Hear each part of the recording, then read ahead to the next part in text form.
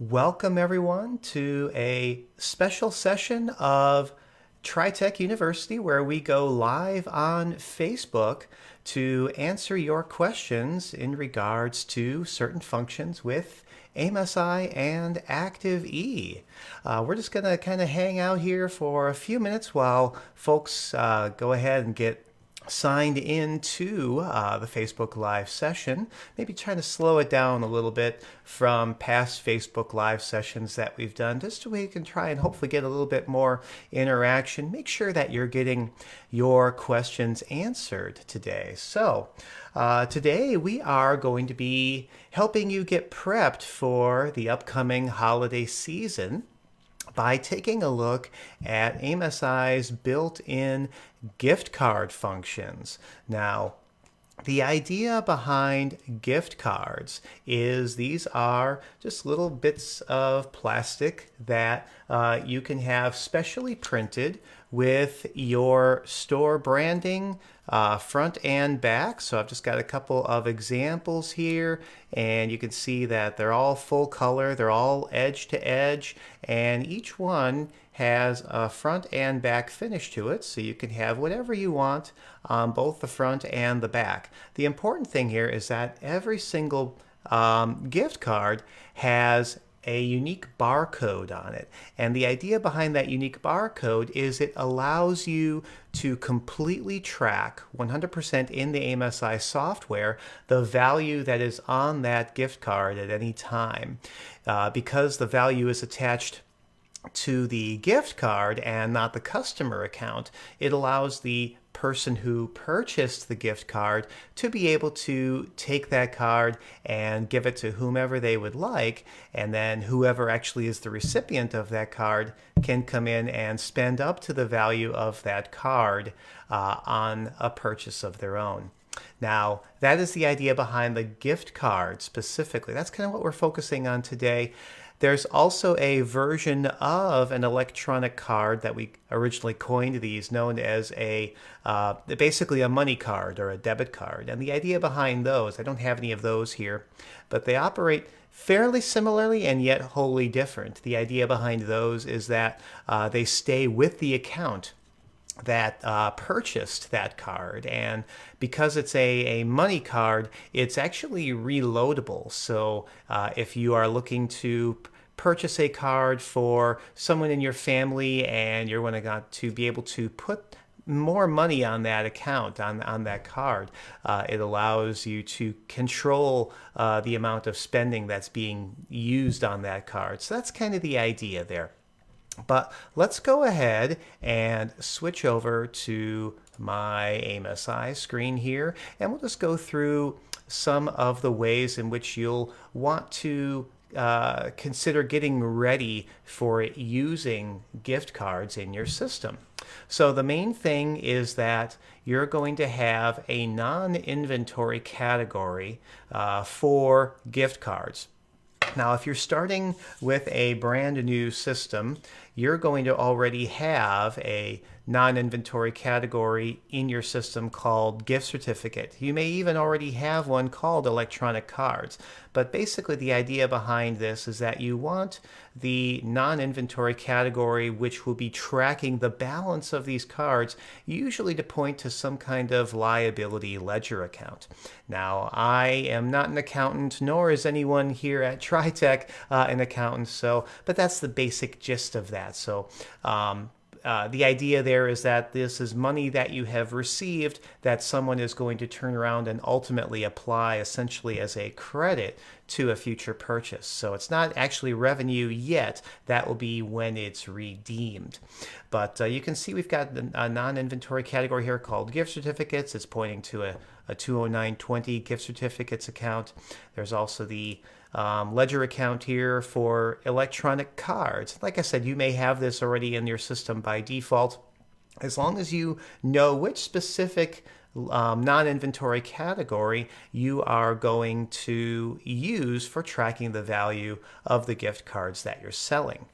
Now, kind of along those same lines, you're also going to want to make sure that you have at least a payment category set up for your gift cards, and this is how your customers are going to redeem the value of those cards at point of sale. So here in your payment categories, you'll want to make sure that you have some kind of recognizable payment category that will in turn reference its own ledger account. Now in this case, I'm having it go to a 109-15, which is keeping track of the amount of gift card redemption. It doesn't necessarily directly impact that previous ledger account. That will be something that ultimately will happen when you do your daily deposit. And in your system categories for daily deposits, you're going to have a link between those two ledger accounts. So you'll notice that in my setup here, I've got a 20920 gift certificates as reference number 11, and that is linked to the even entry right after it, which is the 109-6 gift certificate clearing. Now actually I'm going to scroll a little bit around here because there should actually already have been one for the gift card clearing there as well, but I seem to not have that set up. So let's just go ahead and do that. So we're going to go ahead and we are going to add a reference here. Let's go ahead, and this is actually switched up a little bit since the last time I've used this. So let's go ahead and see if we can't get this done here. So we're going to go down here and click here to add a new row. That's what we're looking for. And in the drop down, let's go ahead and select our electronic cards.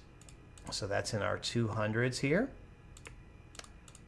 And that's going to be the gift card clearing, just a little bit further down here.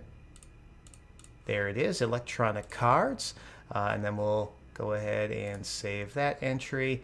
And then we'll also add the corresponding payment category to that. Now, if you're not familiar with what I'm doing here, I do talk a little bit about this in more detail in the webinar that I did concerning how the system categories work in General Ledger. But the basic gist here is that as you take payments throughout the day, you're going to want to clear those against some kind of clearing account or some kind of deposit account. The clearing account is the money received, and then we'll deposit that essentially into a corresponding account. So if you'll notice here, for example, all of these even numbered entries for cash clearing, check clearing, Visa clearing are clearing into their odd numbered predecessors. So in these cases, the checking accounts, and now we've just added that for the electronic cards. So as we take the amount that we've redeemed, that will apply against the outstanding liability balance. Again, if you have any questions on that, definitely let me know in the comments section. By the way, if you are here and watching the broadcast, definitely give us a shout out in that comment section. Go ahead and give us a like on the video. Say hi in the comments. I'd love to be able to chat with you. So that's the idea there. Now, once you've got that set up, if you want to also have a corresponding way to put money back on a card, say if you want to give a customer in-store credit and you want to basically issue that in the form of a gift card, you may also want to set up a return category kind of along that same line. So if you wanted to do so, you'll come in here and you'll basically just make sure that when you set that up, e-card return, for example, you want to make sure that you've got the type specifically as e-card return. That's something I want to make sure that I go back and specify in the payment category as well. You want to make sure that the type is specifically an e-card payment, and that's what actually tells AMSI to look for the scanned barcode on the back of your gift card. So with those set up, I'm not going to worry about setting up the return category because not everyone wants to disperse credit back in that fashion. But that being said, in version 12, it's all about the buttons at point of sale. So you want to make sure also that you go in to your point of sale menu and that you set up a button on your payment menu called e-card or gift card or some other easily recognizable payment method. So if we go ahead and right click on this button here for the e-card function. Hello, Winsmith Music. Glad that you could join us here today. You'll want to make sure that the button that you have for your gift cards is a button type of payment category, and that it is referencing that payment category that we just set up a few steps ago in the payment category area of your ledger maintenance. So the idea there then is you'll want to basically make sure that that is what you have there. Now you can also prompt for total, default to total, whatever you want to have there. But basically the idea there is that you can redeem up to the value that is on that card. So as long as you've got those things in place, we can then go ahead and start to actually receive and sell some gift cards. Now the important thing is that you receive them first and foremost. When you get your gift card shipment, they're going to be in usually, if I remember correctly, in boxes of 100, and they're going to be in numerical order. So if you're starting at, let's say, gift card number 100, that'll be 100 through 199 in the first box, or 101 through 200, or however it actually comes out. The important thing is that you grab the card out of one end, whichever is the starting end, and to receive those cards into quote-unquote inventory, you're going to go into modules and inventory, and you're going to go into add change, and you're going to go to receive e-card. Now when you receive that e-card, you'll see that it's going to come up and it's going to ask for the starting number. Now on the gift cards, and I don't know if it's easy to see there, but you can see how it's basically just showing the first 4, 5, 6 digits of the card. There's actually more to that barcode than just those handful of digits. So you can't just type it into this box. You're going to want to take a barcode scanner and you're going to want to scan that barcode. So when I scan that barcode, you can see that in this case it's coming up with the remainder of that number that's kind of hidden within the barcode. You're then going to tell it how many you received in your order. So if you purchased 100 cards, 200 cards, 500 cards, just basically tell it how many you've received. I'm just going to go ahead and say that we received 1,000 cards in our order, and the purchase category, we're going to point to that electronic cards non-inventory category that we talked about a few moments before that. So by saving that, this doesn't make any actual ledger activity at this point because there's no value yet on these cards. But what we're going to go ahead and say is, yes, we're sure we want to continue. And whatever that starting number was, in this case it was 2752, it's basically going to receive up through 2851. So that's the idea there. So now that you've got these cards in the system, at any point in point of sale, we'll just go into a quick sale here, we can go ahead and just like any other inventory item, we can just go ahead and straight scan that into point of sale. So we'll go ahead and do that here. And you'll see that it's recognizing this now as a gift card sale. So what's going to do is it's going to ask for the card amount. In this case, let's go ahead and say that we're putting $100 onto this card.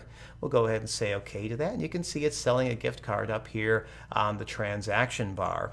Now, of course, at this point, you could sell anything else that you're doing at point of sale. We've talked probably ad nauseum about how in version 12, you can basically do all kinds of transactions simultaneously. We could do a layaway alongside with this. We could do a proposal, a short-term rental.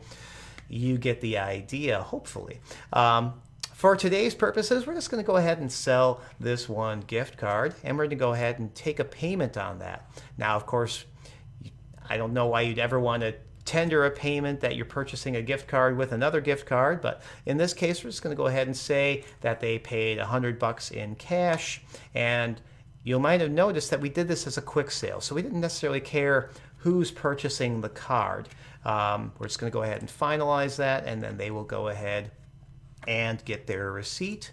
And of course the receipt will be simply that we are selling that gift card and it was paid by cash, and that's all that there is to it. So Really simple.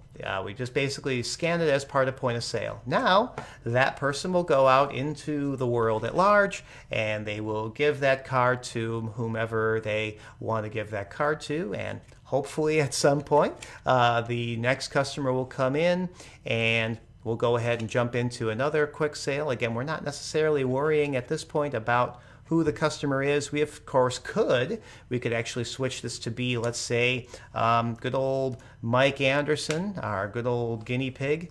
And he's now got this card in his hand, and he's going to go ahead and purchase something with that card. So let's go ahead and sell some good old RT14, and some, in this case, gun oil in my system is going to come out to $35.58.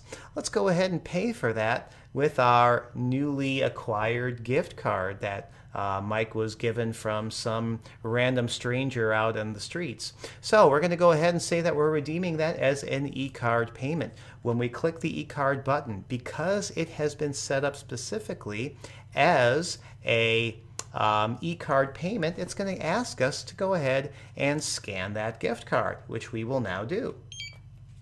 And when we scan that card, it's going to essentially take up to the redeemable amount on that card and add it to the sale. So we can see here it's redeeming $35.58 on that card. Let's go ahead and finalize that, and we'll go ahead and print out our receipt to screen, and we will basically see that that was redeemed with the e-card. And you'll notice that right here, if I can zoom in on that, let's see if I can zoom in accordingly here. Maybe I can zoom in right there. Nope, that's a find button. Let's turn off the find and let's instead zoom. So let's make it be 200%. And hopefully you can see that. But basically, we're seeing that the remaining balance on this card is now $64.42. So yeah, you'll always be able to basically see at any time what is the remaining value of that card. And you don't have to go through a point of sale to be able to do that. If we take a look in the customer module menu and go specifically to the utilities, you'll see that there is an e-card lookup option. So if someone brings in a card and says, hey, can you tell me what's the value on this card? I forgot. You can go ahead and scan that here, and just like that, we can see that the balance of this card is $64.42. There is, in conjunction with all of this, a report in your customer reports menu called e-card balance, which you can basically run for any range you would like. If you would like to, you can run this for a specific entry date. That is the entry date from which they were received. And there is also a sold date, so what the date from which they were actually had a value put on them. Now, you can also narrow this down to only cards with a balance. You could print totals only. Let's just go ahead and throw this up to the screen just so you can kind of see what this looks like. So in this case, we can see that in this instance, we have this gift card that was received essentially on the 11th. It was also sold on the 11th. The sales account was account 1, which is the cash sale account in AMSI. That will go along with the corresponding sold name.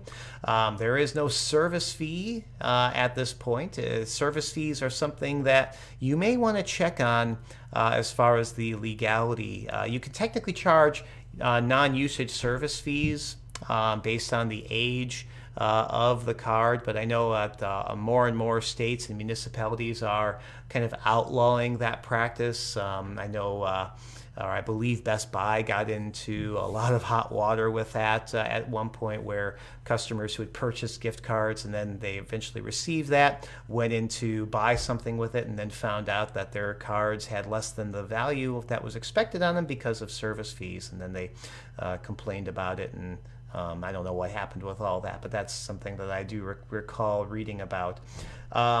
So we can see the original balance is $100. The remaining balance on it is $64.42. And because we didn't specify totals, we can see all of the activity that has also happened with this card. So on reference number 1035, that's when it was sold. We can see that's labeled as initial funds, and then that was correspondingly redeemed partially on reference number 1036 by Customer account 201 Mike Anderson, he redeemed $35.58 off of that card. So yeah, basically your e-card report is the end-all be-all of your card activity.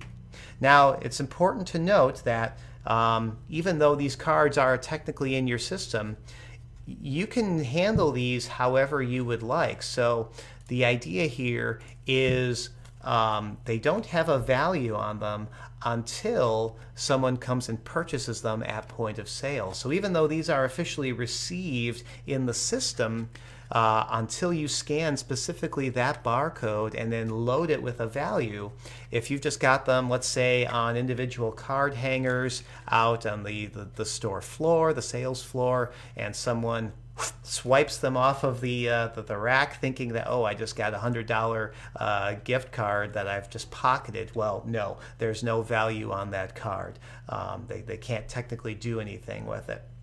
Even if you actually purchase preloaded cards, you can technically say that a card has a specific valuation on it. Now, we don't have too many clients that are doing that, but let's say that you purchase 3 gift card designs, a $25, a $50, and a $100 gift card. Even though you are specifically saying that instead of just putting any old value on it, you're essentially saying that, yes, I'm going to buy a $25 gift card, I'm going to buy a $50 gift card, I'm going to buy a $100 gift card. They still don't have a value on them until they're sold. So you don't have to worry about, again, some random person walking in the store, pocketing one, and then thinking that they just made off with free money. That's not going to be the case. So that's kind of the idea behind gift cards. If you got any questions, definitely let me know.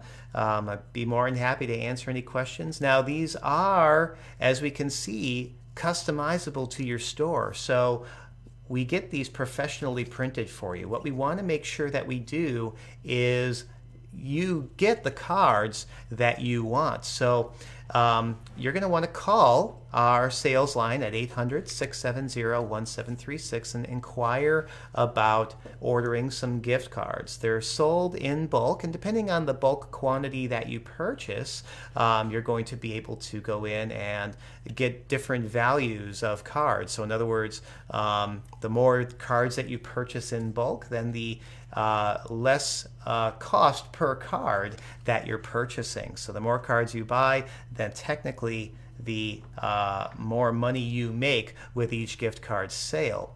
Now, I mentioned that these are in-house. You're not actually going out and about with using a credit card merchant to track these values. So when someone puts $100 on a gift card, you're not losing any value of that to transactional swipes or lookups or anything like that.